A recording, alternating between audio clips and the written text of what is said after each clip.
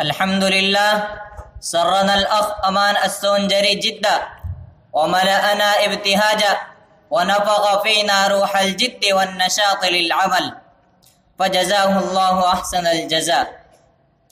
وبالتالي أنا أدعو الأخ محمد حسين الماهي أن يتفضل ويقوم أمام المذياع ويبدأ ما في بطابه من الكفاءة الخطابية الكامنة.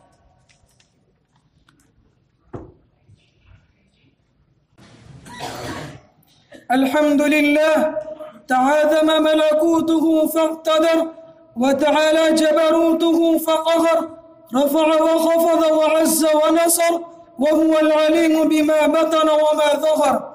أحمده سبحانه وأشكره وأتوب إليه وأستغفره. أحل الحلال وبين طريقه وبالطيبات أمر، وحرم الحرام وأوضح سبيله وعن الخبائث زجر. وأشهد أن لا إله إلا الله وحده لا شريك له، وأشهد أن محمدًا عبده ورسوله المؤيد بالمعجزات والآيات والسور، صلى الله وسلم وبارك عليه وعلى آله وصحبه السادة الغرر، ما اتصلت عين بنظر وأذن بخبر، والتابعين ومن تبعهم بإحسان ما ليل أدبر وصبح أصفر.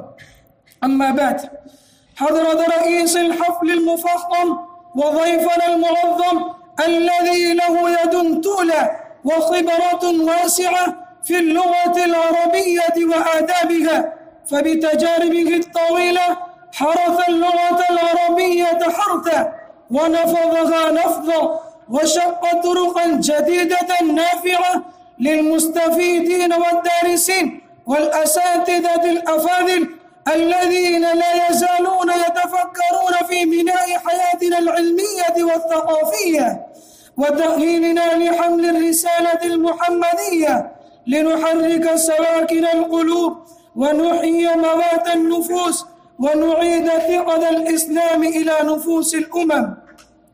وكذا أخاطب زملائي الذين يتغردون في الحرم المدرسي ويزيدونه رونقا وبهاء، فأنتم تعلمون جيدا أن حفلنا اليوم حفل عظيم عقد بين الطلاب لتداخل اللغة العربية وللتنافس فيها، فالفضل لمن تنافس وتظاهر وسابق وساهم.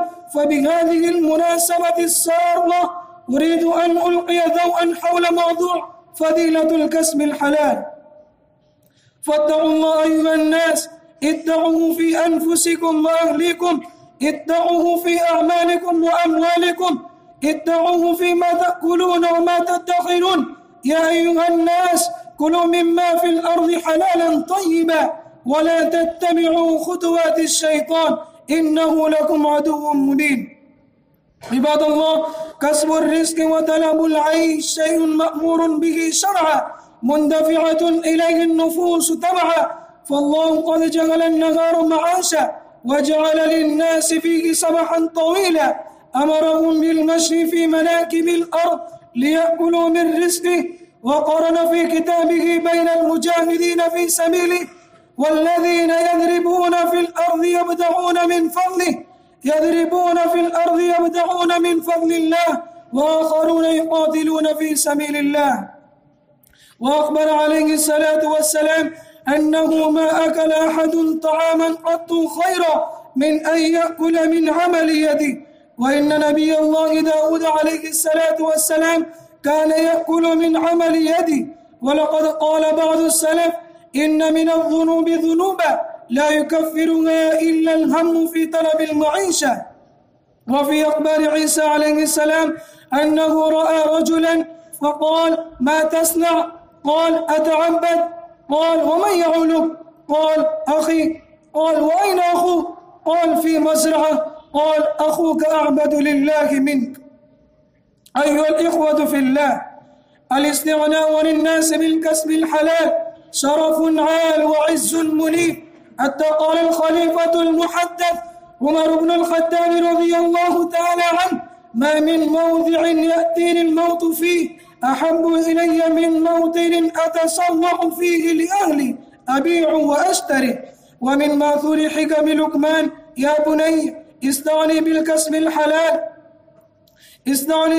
الحلال عن الفقر، فإنه ما افتقر أحد قط إلا أصابه 3 خصال: رقة في دينه، وضعف في عقله، وذهاب مروءته. إن في طيب المكاسب وسلاع الأموال سلامة الدين وصون العرض وجمال الوجه ومقام العز. ومن المعلوم أيها الأحبة أن المقصود من كل ذلك الكسب الطيب، فالله طيب لا يقبل إلا طيبا، وقد أمر الله به المؤمنين كما أمر به المرسلين، فقال عز من قائل: يا أيها الرسل كلوا من الطيبات واعملوا صالحا. وقال عز شأنه: يا أيها الذين آمنوا كلوا من طيبات ما رزقناكم واشكروا لله إن كنتم إياه تعبدون.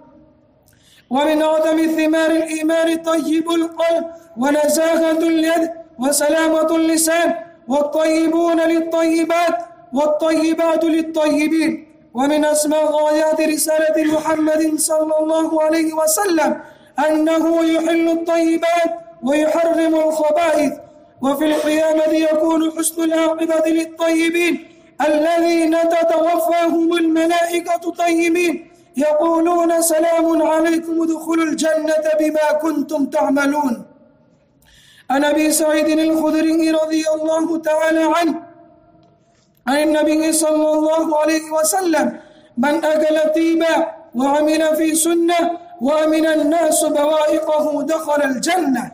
وأخرج أحمد وغيره بأسانيد حسنة عن عبد الله بن عمرو رضي الله عنهما عن النبي صلى الله عليه وسلم: 4 إذا كن فيك فلا عليك ما فاتك من الدنيا: حفظ أمانة، وصدق حديث، وحسن خليقة، وعفة في طعمة. أيها المسلمون، فلن تزول قدم عبد يوم القيامة حتى يسأل عن ماله من أين اكتسبه وفيما أنفقه.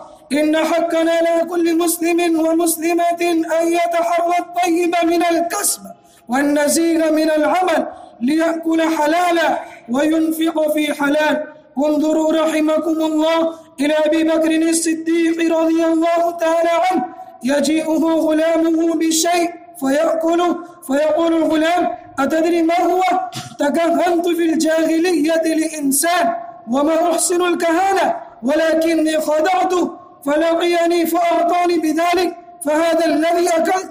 فدخل أبو بكر رضي الله تعالى عنه يده في فمه فقاء كل شيء في بطنه.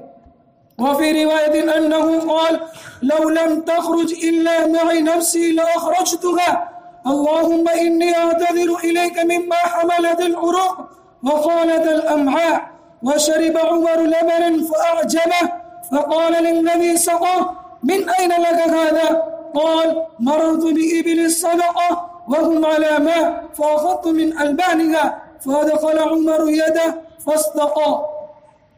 أولئك هم الصالحون يخرجون الحرام والمشتبه من أجوافهم، وقد دخل عليهم من غير علمهم، وخلفت من بعدهم خلوف يعمدون إلى الحرام ليملأوا به بطونهم وبطون أهليهم. أيها المسلمون، أرأيتم الرجل الذي ذكره النبي صلى الله عليه وسلم يطيل السفر أشعث أغبر يمد يديه إلى السماء: يا رب يا رب، ومطعمه حرام وملبسه حرام وغذي بالحرام، فأنى يستجاب لذلك؟ لقد قطع هذا الرجل صلته بربه وحرم نفسه من مدد مولاه، فحيل بين دعائه والقبول. أكل من حرام واكتسى من حرام ونبت لحمه في حرام وردت يداه خائبتين. عباد الله، إن أكل الحرام يعمي البصيرة ويوهن الدين ويقسي القلب ويظلم الفكر ويقعد الجوارح عن الطاعات ويوقع في حمائل الدنيا وغوائلها ويحجب الدعاء ولا يتقبل الله إلا من المتقين. إن للمكاسب المحرمة آثارا سيئة على الفرد والجماعة تنزع البركات وتفشو العاهات وتحل الكوارث، أزمات مالية مستحكمة وبطالة متفشية وتذالم وشحناء. عباد الله، ويل للذين يتغذون بالحرام ويربون أولادهم وأهليهم على الحرام، إنهم كشارب ماء البحر، كلما ازدادوا شربا ازدادوا عطشا، شاربون شرب الهيم لا يقنعون بقليل ولا يغنيهم كثير، يستمرئون الحرام ويسلكون المسالك المعوجة، ربا وقمار وغضب وسرقة، تطفيف في الكيل والوزن والذرع، سحر وتنجيم وشعوذة، أكل لأموال اليتامى والقاصرين، أيمان فاجرة، لهو وملاة، مكر وخديعة، زور وخيانة، مسالك معوجة وطرق مظلمة. في الحديث الصحيح عند البخاري والنسائي رحمهم الله تعالى: يأتي على الناس زمان لا يبالي المرء ما أخذ منه أمن الحلال أم من الحرام. أكتفي بهذه الكلمات. السلام عليكم ورحمة الله.